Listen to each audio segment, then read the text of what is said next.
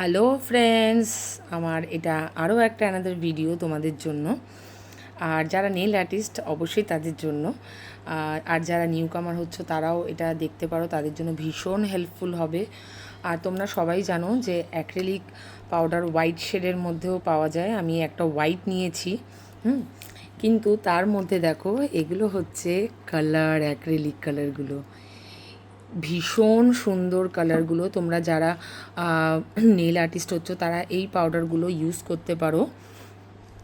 এগুলো ইউজ করলে আমার মনে হয় না তার উপর দিয়ে কোনো পলিশ লাগবে।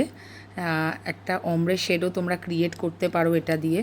দেখো আমি অনেকগুলো কালার এখানে নিয়েছি একদম রিজনেবল প্রাইসে, অ্যারাউন্ড 40 এক একটা বটল দাম পড়েছে। এটা একটা গ্রিন শেডে নিয়েছি, এটা একটা ব্লুটা একটু দরকার হয় তাই আমি এটা দুটো কালার নিয়েছি।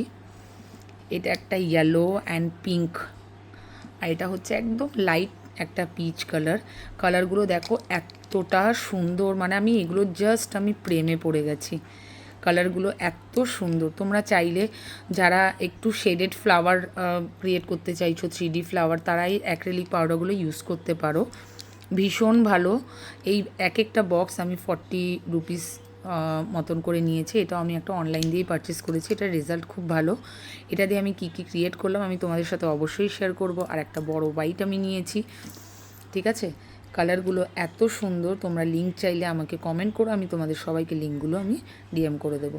চলো আজকের মতন এই ভিডিওটা এখানেই শেষ করছি। টাটা।